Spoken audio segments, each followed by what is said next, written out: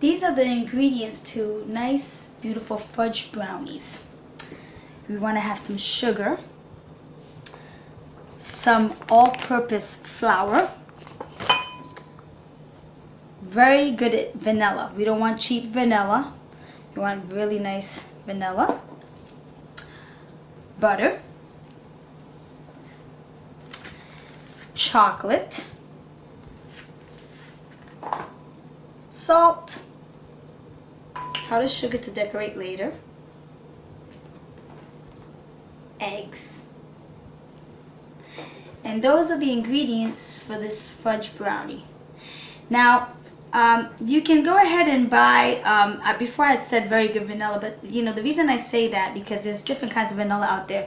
The main thing that you have to remember with vanilla is to make sure you buy real vanilla extract, okay? That it's not artificial. Because if it's not pure vanilla extract, it's not going to taste as nice and it's not going to be good for the brownies.